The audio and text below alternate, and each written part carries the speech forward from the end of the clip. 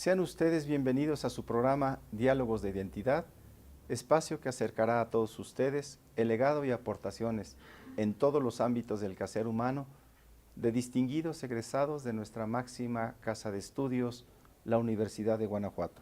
En cada episodio de nuestra serie, descubriremos juntos, a través de un diálogo con nuestros egresados, las experiencias, anécdotas y ejemplos de vida de exalumnos exitosos de nuestra universidad.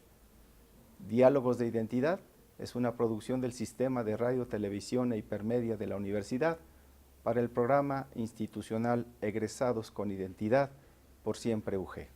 En esta ocasión, Diálogos de Identidad se complace de sobremanera de contar con la presencia del distinguido y reconocido jurista Miguel Montes García, quien desde su etapa como estudiante mostró su alta capacidad académica y valor humano, misma que refrendó más tarde como profesor, investigador, funcionario público, ministro de la Suprema Corte de Justicia de la Nación y diputado, tanto federal como en diversas legislaturas de nuestro estado.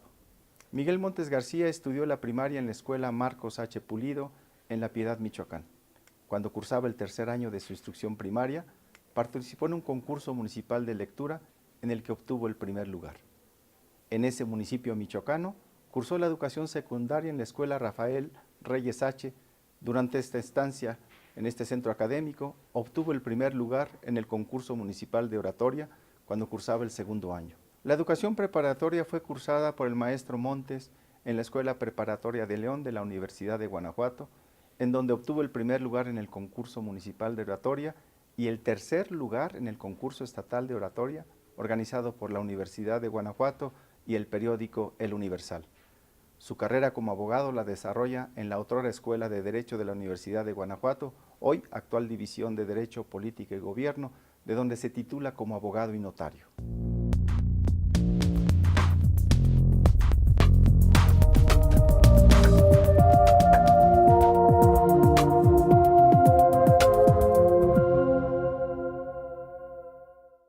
Maestro don Miguel, muchas gracias por recibirnos en su despacho. Hoy la universidad quiere vincular a sus egresados con una actividad importante en donde tengamos oportunidad de generar un diálogo. De una manera, y haciendo un pequeño recuento de lo que presentaba yo como semblanza, quisiera yo que nos comentara cómo desde pequeño buena lectura, buena retención, excelente argumentación, conocimiento del contexto, rigor en lo que hace y con una prodigiosa voz que de alguna manera nos encanta y nos atrae a la atención. Platíquenos algo de esta formación que yo presento, que nos significa para nosotros algo muy importante. En primer lugar, muchas gracias a usted y a la universidad por darme esta oportunidad de comunicación. No tiene nada extraordinario. En aquellos tiempos, cuando cursé mi primaria, mi secundaria, mi preparatoria y la profesional misma, la oratoria era un arte de moda. Se organizaban con frecuencia a todos niveles concursos y nacía una afición por esa manifestación cultural, con los riesgos que ello implica, porque hay buena y mala oratoria. Yo digo que la mala es la de muchos adjetivos y pocos sustantivos y verbos, y la buena es la de verbos, sustantivos y muy pocos adjetivos. Era estimulante porque generalmente, aunque de manera modesta, había premios económicos o libros, y eso impulsaba, pero además, pues de alguna manera se satisfacía la vanidad que todos llevamos dentro, de hacerte notar en alguna cosa. En La Piedad, en esa lectura que usted me trae a la memoria, fue un concurso interestatal de las escuelas primarias y el premio fue un cuaderno de dibujo. Soy pésimo dibujante. Si quiero hacer una línea recta me sale curva y si la quiero hacer curva no me sale nada. Entonces lo aprovechó mi hermana, que tenía más facultades para dibujar que yo. Y allí nació algo que es tal vez más interesante que la oratoria, la afición a la lectura. La oratoria debe ser una manifestación de ideas. El que no tiene nada que decir no puede ser buen orador. Podrá engarzar palabras, pero si no se expresa una idea, son ociosas las palabras. Sin embargo, en aquellos momentos estaba muy de moda la oratoria meramente literaria. Luego fue cambiando. Hasta en nuestro parlamento, en el local y en el federal, la oratoria ha cambiado mucho. Ahora se sube a expresar ideas y a convencer de ellas. Entonces se usaba decir muy bonitas palabras. Yo tuve la otra tendencia y me esforcé en ella. Tanto que después de haber obtenido el tercer lugar en el concurso estatal, decidí retirarme unos años, porque cuando pasé a la prueba improvisada, recuerde usted que esos concursos había una prueba preparada y otra improvisada. Los que tenían experiencia en la participación tenían introducciones universales y finales universales que adaptaban a cualquier discurso y nomás le ponían tantito en medio. Entonces no son muy recomendables como cultura auténtica esos famosísimos discursos. Yo decía que me esforcé y me retiré unos años de la oratoria para prepararme culturalmente. Porque en ese concurso, yo era preparatoriano, descubrí que en el tema improvisado que me tocó desarrollar, me era muy difícil hacerlo porque no tenía mucho que decir. Recuerdo que en la improvisación me tocó como tema crisis del hombre actual. Y ni siquiera pude definir la palabra crisis. Entonces, bueno, pues dije, me retiro. Me retiré.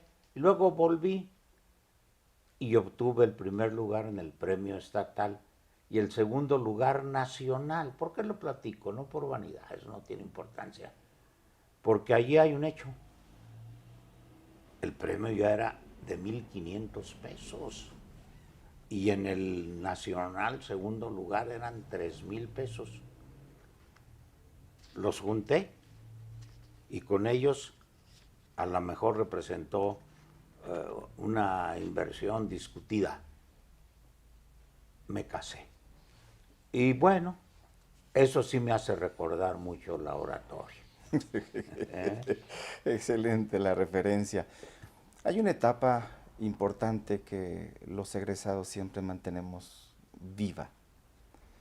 Y esa etapa es cuando llegamos a los estudios de profesional en la Universidad de Guanajuato. Platíqueme, ¿qué pasaba en ese tiempo? Mire usted, en La Piedad, Michoacán, el mayor nivel de estudios era secundaria. Después de la secundaria no se podía estudiar nada más. Estamos hablando de hace ya algunos años. Cuando terminé mi secundaria, mi hermana laboraba con un grupo de ingenieros de la Secretaría de Agricultura y Ganadería, como taquimecanógrafa en las oficinas. Y mi mamá, persona determinante en mi formación y tal vez en mi modo de ser, insistió mucho en que yo estudiara ingeniería. Y me convenció. Y entonces me fui a estudiar ingeniería química al Instituto Politécnico Nacional. Y yo, que tenía por orgullo que no había reprobado ninguna materia, nunca pude pasar ni siquiera en un examen mensual, ni química ni física. Estando en el Instituto Politécnico tuve la fortuna que hubo una huelga estudiantil, el líder era Nicandro Mendoza, se suspendieron las clases en una manifestación a la que era obligatorio asistir, me dieron un piquete en un ojo, perdí humor acuoso y tuve que suspender mis estudios un año. Me dediqué a leer con un solo ojo y a jugar fútbol a lo mejor con un solo pie. Y después de eso ya no volví a ingeniería. Investigué dónde había escuelas, hubo la coincidencia que el departamento de borderías de agricultura y ganadería que estaba en La Piedad lo cambiaron a León y que invitaron a mi hermana que continuara trabajando con ellos. Mi hermana se vino, yo me vine, mi mamá se vino también a vivir a León y así ingresé aquí a la escuela preparatoria. Pero ya entré al bachillerato de humanidades. Era una preparatoria muy provinciana, pero era también una institución de alto nivel educativo en León. Solo la Escuela de Medicina de la Universidad de Guanajuato era de mayor nivel educativo. No abundaban las escuelas preparatorias en León. Curiosamente, en ese periodo ya era rector de la universidad don Eugenio Trueba Olivares, en su primer momento, que él fue rector en algunas ocasiones. Hice mi preparatoria aquí. Trabajé al mismo tiempo. Siempre trabajé y estudié. Y trabajé como locutor, entre otras cosas, y obtuve mi permiso de la Secretaría de Comunicaciones, que en aquel tiempo los extendía. Ahora parece ser que es la de Educación la que los extiende. Luego me voy a estudiar la profesional a Guanajuato, después de 2 años de bachillerato en León. Y el año que yo llego a Guanajuato me encuentro con que el todavía rector don Eugenio Trueba crea Radio Universidad de Guanajuato. Hace más de 50 años. Yo soy el primer locutor de Radio Universidad de Guanajuato. No crea que porque tenía yo mucha capacidad, no. Por ahí era el único que tenía permiso de la Secretaría de Comunicaciones y el licenciado Trueba, con sentido práctico, dijo, alguien tiene que hacerse responsable de los informes, y entré como locutor a Radio Universidad de Guanajuato. Era elemental, las instalaciones eran elementales de la Radio Universidad de Guanajuato. Su primer director fue Juan Pablo Castro, el famoso Palillo en Guanajuato. Un compañero que ponía y escogía los discos que se tomaban, los que se tocaban en la universidad, de la discoteca particular de Juan Pablo, que era un gran aficionado a la música. Le decían el fémur de la ciudad de Irapuato. Eso, y el güero, que no recuerdo cómo se llamaba, ese era Radio Universidad de Guanajuato. Y bueno, pues empezamos con mucho entusiasmo, con mucha afición. Yo empecé con un programa de comentarios a las 3 de la tarde que utilicé en un momento determinado para hacer política estudiantil, para la sociedad de alumnos. Estaba yo muy entusiasmado con mi programa y pensando que estaba yo aprovechando muy bien el tiempo. Pero el maestro Trueba, que no quería que la universidad se utilizara a través de la difusora para eso, un buen día suspendió mi programa. Me lo clausuró. Creo que fue un atentado a la libertad de expresión, pero entonces no había tantos ombudsman para proteger eso, y acatamos la decisión del señor rector de la universidad. Es una bonita anécdota. Allí me vinculé mucho a la Universidad de Guanajuato. La Universidad de Guanajuato ha cumplido históricamente una función importantísima, no solo de enseñanza, sino de formación. Siempre, en el fondo de todas las clases, aparte de aportar enseñanzas sobre materias específicas, muchos de los maestros aportaban enseñanzas ejemplares en función de su ejercicio profesional y de la conducta pública que tenían. Mire usted,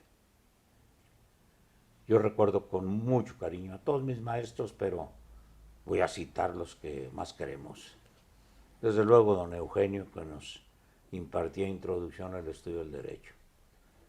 El señor licenciado Arturo Serrano Robles, que era juez de distrito y posteriormente llegó a ser ministro de la Suprema Corte de Justicia, que fue nuestro padrino de generación, al que le dimos una cena, le ofrecimos una cena y no le pedimos nada de regalo.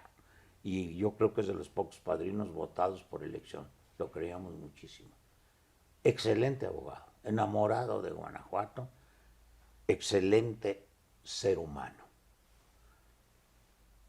Recuerdo también como un muy buen maestro al licenciado Raúl Aranda, que nos dio Derecho Civil, como un excelente maestro que nos enseñaba incluso a través de anécdotas graciosas, al señor licenciado don Jesús Luna Guzmán, que además era amigo de muchos de nosotros. Guanajuato era una ciudad mucho más pequeña que ahora. La universidad era la institución más importante, no solo de la ciudad, sino del Estado, la institución educativa. Yo digo que Guanajuato es esencialmente una ciudad universitaria, una auténtica ciudad universitaria. Y así se vivía. Cuando empezamos a vivir en Guanajuato, los viernes por la tarde la ciudad se quedaba vacía, porque los estudiantes acudían de todo el estado, llegaban o el domingo tarde-noche o el lunes temprano, había clases de lunes a viernes en la mañana, generalmente autorizado o no autorizado, se suspendían las clases los viernes y salía todo el mundo. Y la ciudad de Guanajuato se quedaba vacía los fines de semana. Solo había un lugar para cenar, sobre todo, y también para tomar una copa, el Café Carmelo. En el centro, en la Plaza de la Paz, en un costado de la Basílica, frente al costado de la Basílica está el Café Carmelo. Cantaba Carmelo. Allí se presentaban obras de teatro, se cenaba una deliciosa carne de puerco con frijolitos y se tomaba ron Castillo como si fuese whisky. Entonces, esa era la vida de Guanajuato. Pero después de las 7 de la noche, todo se cerraba. La vida económica era muy raquítica. Se transformó muy bien, en un bien para Guanajuato porque su pobreza, su limitación económica la salvó de la destrucción. Nadie quería nada en Guanajuato porque no había empleos, no había mucho en qué invertir y entonces su arquitectura se conservó. Esto que fue bien se modificó en gran medida, creo yo que con la llegada de don Juan José Torres Landa como gobernador. Le empezó a dar vida a la ciudad. Propuso unos cursos de capacitación magisterial que se desarrollaban los viernes por las tardes y todo el sábado. De tal manera que consiguió de entrada que una ciudad que se quedaba casi desierta los fines de semana tuviera otro tipo de visitantes, también estudiantes, pero que le daban vida económica. Y empezó a crecer la ciudad y a desarrollarse. Siempre de fondo, y perdón, aquí sí lo quiero recalcar, como centro de todo, la Universidad de Guanajuato. Yo siempre he creído que la universidad debe estar vinculada a su comunidad. Yo siempre he creído que ningún problema de la comunidad le es ajeno a la universidad. No para que ande haciendo barullos, sino para que haga análisis sociológicos, científicos, del tipo que sea, y se ocupe hasta de proponer soluciones a los problemas sociales. Yo digo que nadie desea una universidad que estuviese desvinculada de su comunidad. Y si alguna virtud histórica ha tenido la Universidad de Guanajuato, es que siempre ha estado vinculada a su comunidad. En aquel tiempo a su pequeña comunidad, ciudad, y luego se fue extendiendo. A medida que las comunicaciones avanzaban, que el sentido universitario se ampliaba, la universidad sigue siendo un factor importante de desarrollo intelectual, de desarrollo social y de desarrollo económico del Estado. Y así tiene que continuar. Insisto, ningún problema social le es y le puede ser ajeno. Qué grato escuchar cómo se mira a la distancia ese espacio importante del corazón de una universidad en el desarrollo económico, en el desarrollo social, en la preocupación por lo que pasa en una comunidad. Maestro, hay muchas cosas que podría a la mente ahorita traer. Me gustaría mucho recibir de usted un comentario, el significado que tiene para don Miguel Montes García el ser egresado de esta universidad que usted ya me refiere. Yo digo, cuando se habla en un lenguaje que se usa con frecuencia y que luego el uso desgasta, queriendo o sin querer, el significado de las palabras. Cuando se denomina la universidad como alma mater, estamos tan acostumbrados a oírlo que ya no meditamos mucho en lo que significa. Esta denominación no tiene nada de exagerado.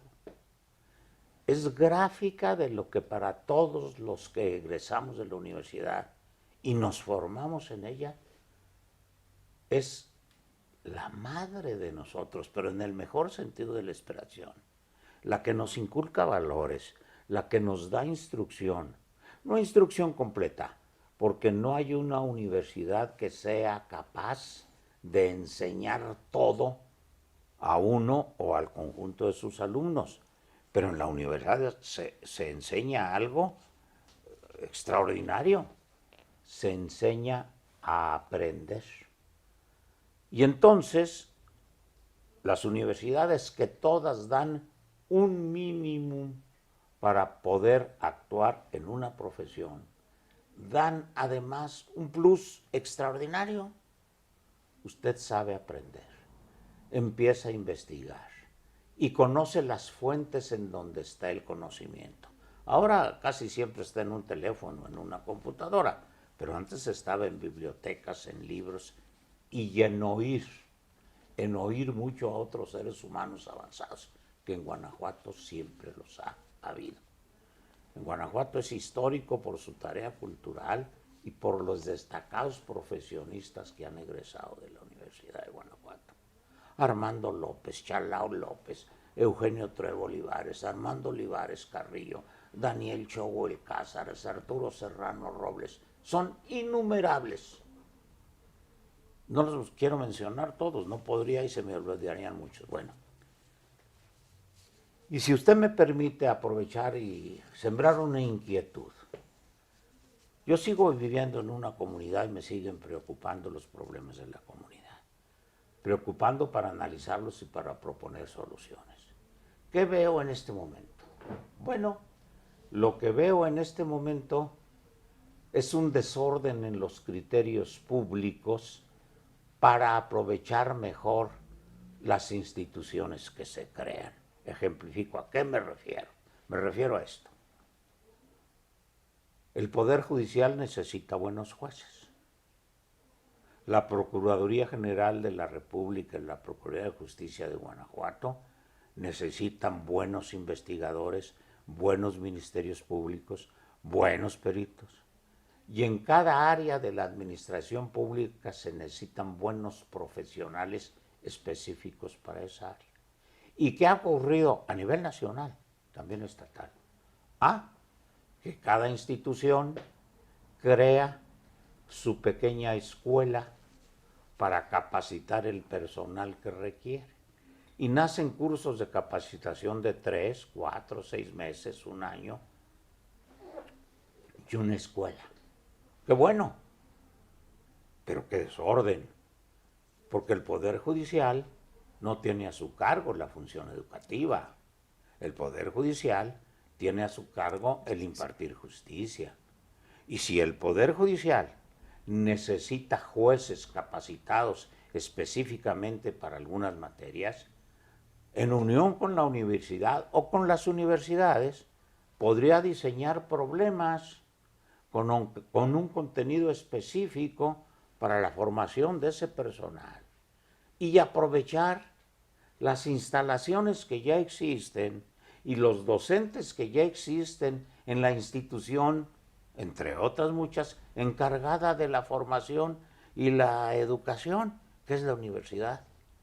Y pagarle a la universidad por la impartición de esas capacitaciones, lo que le aliviaría de un gasto a veces máximo y que desvía los recursos de lo sustantivo de su función, y aliviaría también un poco la necesidad económica de la universidad, y cada quien estaría en su ámbito.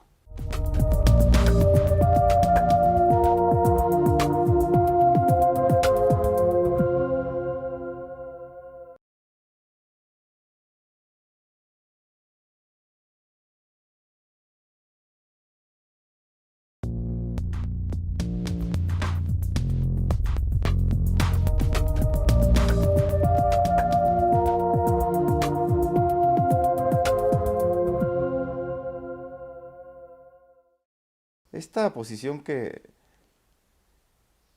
me comparte como un egresado distinguido, maestro Miguel Montes, va muy pegadita a la inquietud de su servidor. ¿Dónde debe estar el egresado? La respuesta no va a ser geográfica. No puedo señalar sitios. ¿Dónde? Cerca de su universidad. ¿Cómo? Haciéndose presente, procurando llevar a ella los complementos de los conocimientos que la vida le ha dado a aquellos que le había dado inicialmente la universidad. Yo decía que la universidad nos prepara a todos con un mínimo para seguir aprendiendo y para ejercer nuestras profesiones. Y el ejercicio enseña, y enseña mucho. Acercarnos no solo para que la universidad reciba ayuda material, que también la requiere. Conozco la formación del patronato de exalumnos de la Universidad de Guanajuato, y que ha sido muy útil para la universidad. Conozco y participé en la formación de la ley que transforma a la Universidad de Guanajuato como heredera de aquellos bienes que carecen de titulares. Y está bien, ese es un área clara de auxilio para la universidad, pero no es el único que requiere. Hay veces que las paredes de la universidad, y esto hay que evitarlo, sirven de límite para la visión de la universidad y para la acción de la universidad. Yo digo que la universidad no debe tener acción dentro solo de sus instalaciones, sino que debe tenerla en su comunidad. Y que esas paredes, bueno, son defensas, pero son defensas, no obstáculos. Y nosotros los egresados, y en la ciudad de Guanajuato es muy sencillo, algún esfuerzo tenemos que hacer.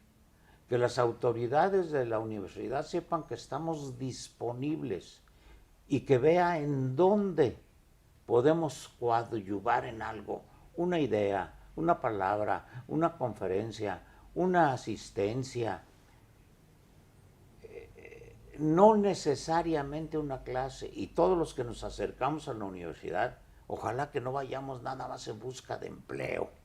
Uno de los mayores riesgos de todas las universidades es que se lleguen a burocratizar, en el sentido peyorativo de la palabra, que se multipliquen los empleos sin propósito definido. Simplemente dar un trabajo para ayudar porque el que lo solicita requiere la ayuda tal vez, pero la universidad no es una institución de caridad. La institución universitaria es para formar seres humanos. antes que profesionistas, es muy sabido, hombres.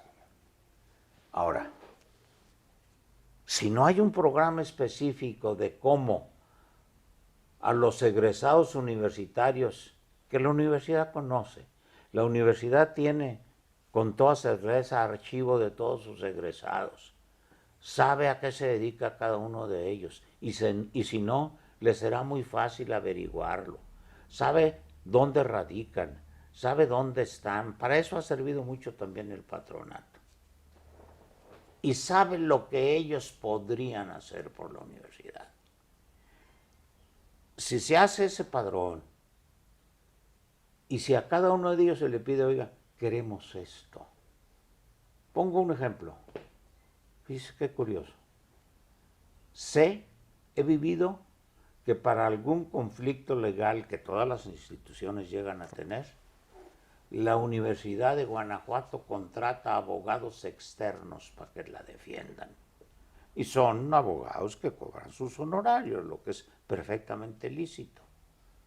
Bueno, me parece un poco extraño, porque en la universidad pues hay muchísimos abogados, especialistas en muy distintas materias, quizá tan capaces como los externos que se están contratando.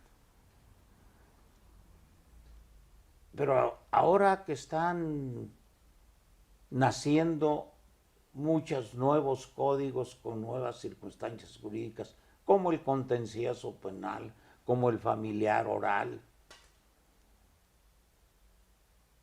ya la Universidad de Guanajuato está actualizando la profesión para el desempeño de esos cargos. ¡Qué bueno! Hay que absorber entonces ahora los cursos que cotidianamente están dando todos los poderes judiciales del país, en este que tenemos 32 locales y uno federal. Están dando cursos de actualización. Y tenemos casas de la cultura jurídica que también son pequeñas universidades o escuelitas de derecho y que dependen de la Suprema Corte de Justicia. La universidad sabe dónde vivo yo, dónde está mi despacho, sabe dónde vive cada egresado. Hacer el inventario, saber para lo que sirven, analizar las necesidades de la universidad y llamar a sus exalumnos para que ordenadamente les sirvan. Evitar crear una burocracia que va a acabar por encarecer la educación. Mire usted, cuando los empleos públicos crecen sin límite, se multiplican los gastos económicos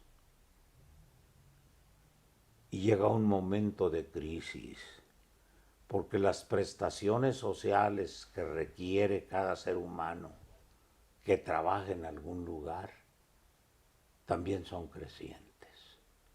Y en la actualidad, no invento nada, uno de los mayores conflictos, tal vez ya presentes, tal vez inmediatos, que tendrán todas las instituciones públicas con empleados, serán el cubrimiento de las prestaciones sociales, el alargamiento de la esperanza de vida hará que tengamos más ancianos jubilados cada día y cada pensión jubilatoria repercutirá en la economía de la institución a la que le prestó servicios el jubilado, hasta que eso se transforme en insostenible. Y los remedios que se han dado son: o defraudamos a los necesitados de la pensión y creamos afores que no pagan nada y que a pesar de lo que se aporte no son suficientes para sostener la necesidad de un trabajador en su vejez, o ponemos en crisis económica a las instituciones porque no le bastan los recursos, sean los que sean, para pagar eso. Este es un tema que hay que profundizar. Y allí puede haber muchos egresados de la universidad que auxilien. Hay 1000 cosas que la universidad puede intentar.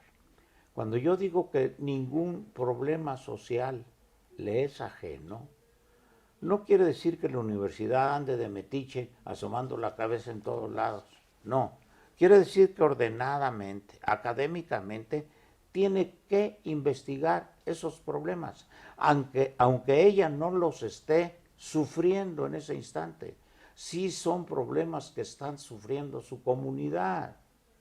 Y los problemas de la comunidad en donde una universidad está instalada, tarde o temprano también le llegan a la universidad. Y además la universidad también tiene obligaciones sociales. No nomás son obligaciones de los egresados para la universidad también tiene obligaciones sociales.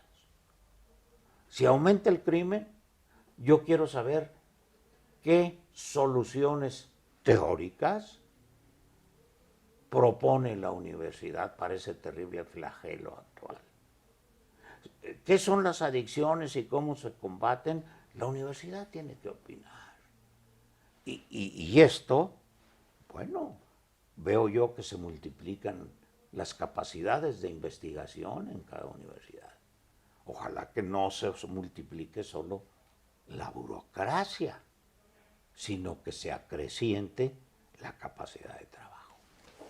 Esa posición que establece a la pregunta de dónde debe estar un egresado abre un espacio de participación importante. La participación de los egresados siempre será importante para la universidad por ese compromiso cercano que se desarrolla en una sociedad que requiere muchos aspectos de atención y de formación y de investigación. Sí. De ahí surge una relación muy importante para mí al preguntarle a mi maestro de las ocasiones que acudía a clase, que sigue acudiendo a clase en otros espacios, pero que siguen siendo algunos temas una cátedra. ¿Qué recuerdo le merece llegar al aula en esas escaleras en donde alguna vez intempestivamente me cruzaba yo con toda intención, sin tener que ir al lugar donde usted caminaba, con la intención de saludarlo y que me regalara algún comentario? Siempre que va uno a la universidad, tiene muchos recuerdos. Algunos conocimos a nuestras compañeras de vida allí en la universidad. Los mejores amigos que duran toda nuestra vida se hacen ahí. Se reciben conocimientos primarios importantísimos. Las gentes que admiramos caminaban esos corredores. Nosotros sufrimos muchas anécdotas como estudiantes con nuestros compañeros. Algunas las padecimos, otras las gozamos. En fin, es parte de la vida, pero no estoy inventando nada, ni estoy exagerando nada. La universidad, para todos los que fuimos sus alumnos, es parte de nuestra vida. Usted que está muy cercano a la universidad y que tenemos una relación amistosa de tiempo, sabe que yo tengo una costumbre que pocas veces digo, pero cada que yo ocupaba un cargo público, me presentaba a mi universidad para rendirle una especie de informe a través de una plática, de una conferencia, de lo que, para que supiera cómo está uno ejerciendo los conocimientos que ella nos dio o nos propició. Recientemente estuve dando alguna plática en la Universidad de Guanajuato, junto con el señor doctor Zamora Pierce, que es un extraordinario jurista.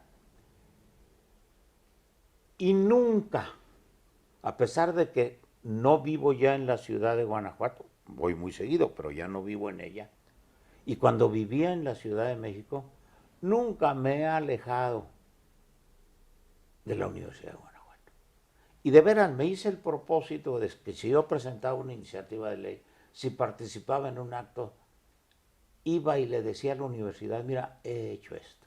Y tal vez perdidos en la biblioteca, se van a encontrar algunas publicaciones que yo hice. Los informes sobre la investigación del homicidio de Donaldo Colosio, porque yo iba y los entregaba a la universidad. Si a cada egresado se le predica esto y se le hace crear un hábito de que él mismo tiene que buscar una vinculación permanente con la universidad, no dejar solo que la universidad salga a buscar a sus egresados, qué bueno que lo haga, pero también enseñarle a sus egresados que una de sus responsabilidades es, como en familia, visitar la casa materna para ver qué se le ofrece a la mamá, a ver qué se le ofrece a los hijos. Es lo mismo. Nosotros visitamos a nuestra universidad y garantizarle que no vamos a la universidad a solicitarle ya nada. Ya nos dio mucho. Vamos a decirle, ¿te puedo servir en algo? Si no te puedo servir en nada, no te preocupes, no te estorbo. Pero si te puedo servir en algo, indícame en qué.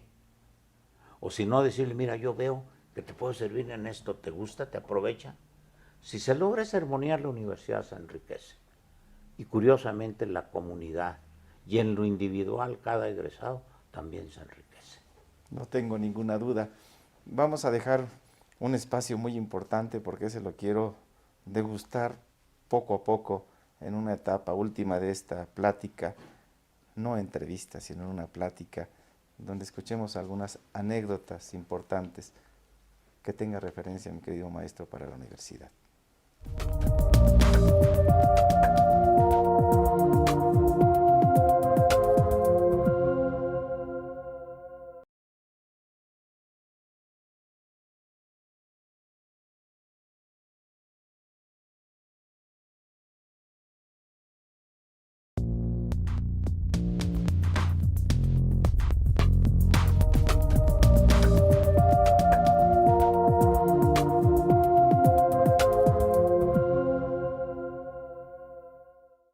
Maestro Miguel Montes García, en la plática, de alguna manera, escuchando, me gustaría rescatar algo muy valioso para nosotros. Me gustaría escuchar algunas anécdotas, algunas vivencias que el maestro siempre guarda para sus amigos y que a veces, por no estar en un auditorio, no los pudieran escuchar los que quisiéramos escucharlo. Platíquenos algo de nuevo. Bueno, pues la universidad en la que yo viví era diferente a la actual. Éramos menos, teníamos una convivencia tal vez más directa con todos nuestros maestros y algunos eran nuestros amigos, amigos de bohemia, cantábamos, hasta de copa nos tomábamos la copa, éramos amigos. En esa relación de ese tiempo que lo refiere usted con una claridad muy objetiva para los que lo escuchamos, los alumnos siempre tomamos la dimensión y nos proyectamos en el profesor. Llegar a clase y ver al profesor formal, en su vestimenta formal, en su conducta de una manera determinada, se proyecta uno. Mire usted, en mis tiempos de alumno, la universidad, que siempre ha tenido fama de conservadora, y hay que entender la palabra, conservar no es nada malo. No todo lo que se cambia es para bien, algunas cosas cambian para mal. Y conservar siempre se conserva lo que se considera más valioso, lo que ha sido de utilidad. ¿Recuerda usted que el profesor Guerra obligaba a los alumnos de prepa a ir siempre con corbata? Esa era una tradición y algo muy interesante, curioso y agradable de la Universidad de Guanajuato. A mí me tocó todavía que a mí no me permitían en profesional ir en mangas de camisa. Podía llevar un suéter, una chamarra, un saco, lo que sea, pero no podía presentarme de cualquier manera a la universidad. Sé que eso ahora tiene no tiene ninguna importancia, pero algo debe significar. En todo se pensaba que debía andarse como se debe. Esa era. Si esto es anticuado, tenía un valor. Tal vez no tiene nada de malo, como se presenta ahora la generalidad de las personas, pero hasta dentro del punto de vista estético es más grato alguien vestido, vamos a decirlo adecuadamente, que quien no. No quiero que se piense que mi criterio es de viejo ñoño, aunque viejo sí estoy, pero el problema es este. Un viejo dicho.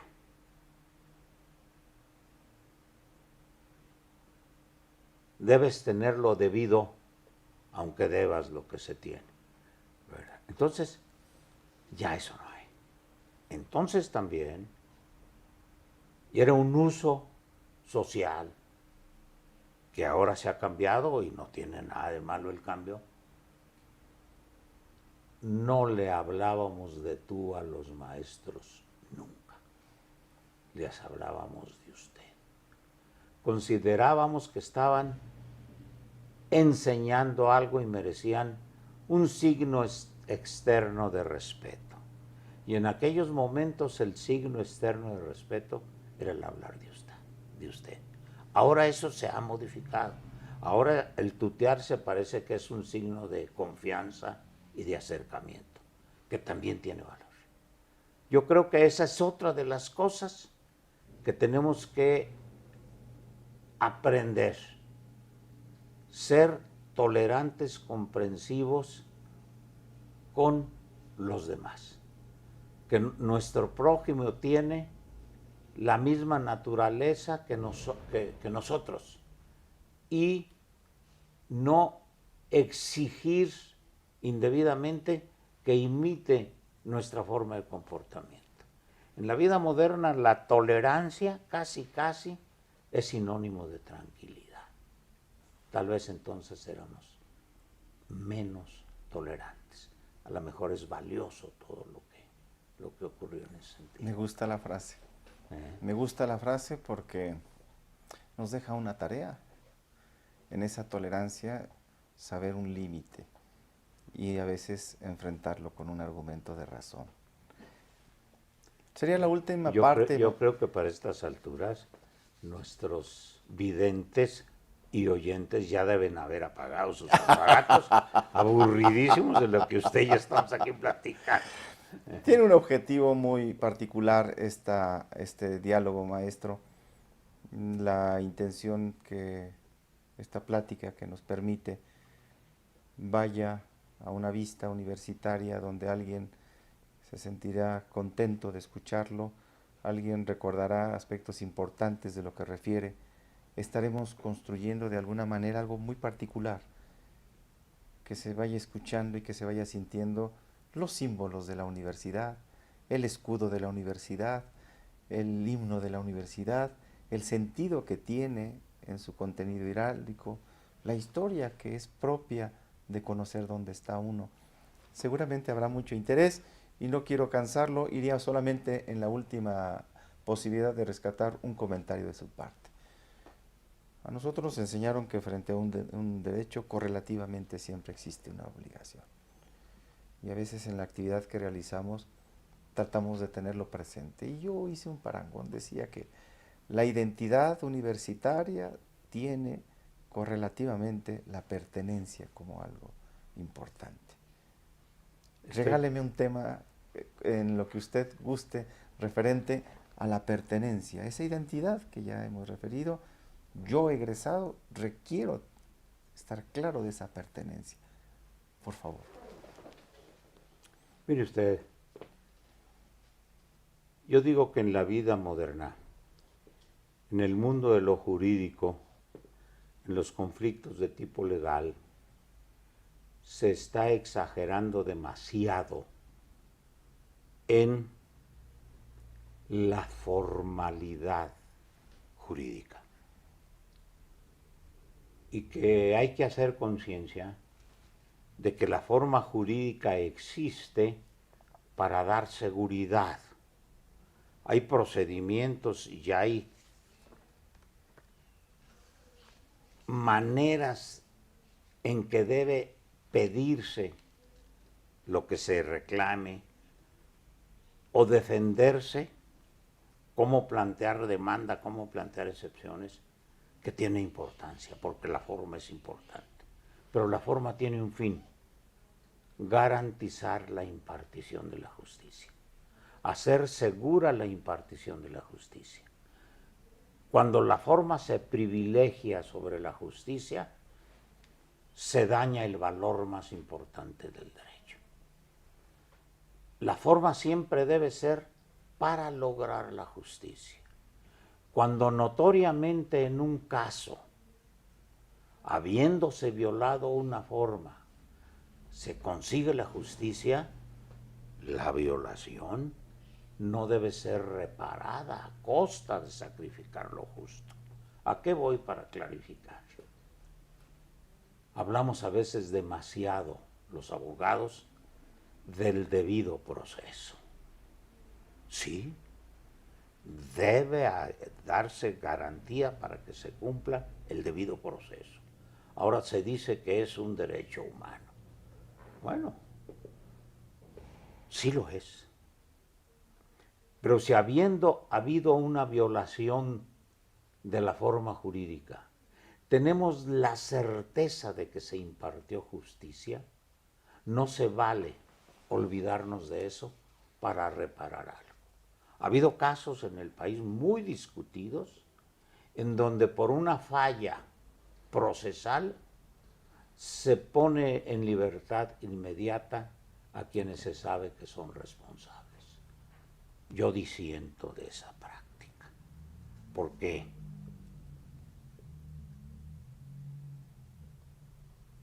Se dice que en un juicio, cuando declaró el acusado de un delito grave,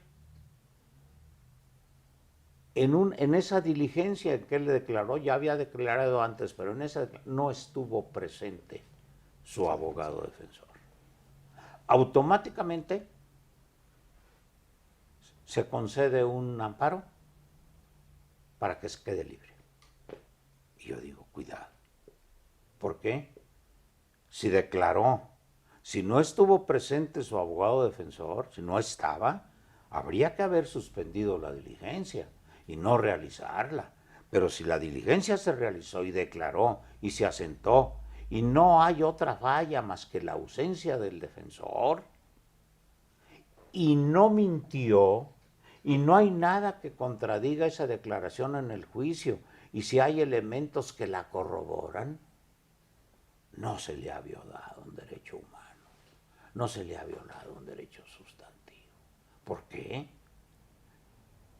Porque la seguridad para la injusticia nadie la quiere. Queremos la seguridad para la justicia.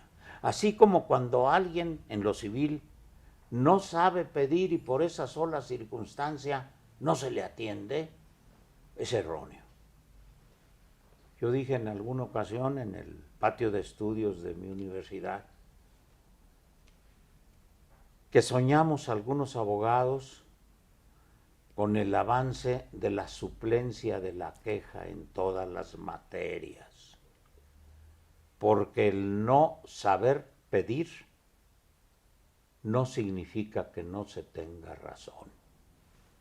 E incluso hay un principio jurídico muy importante que dice: dame los hechos, yo juez te daré el derecho.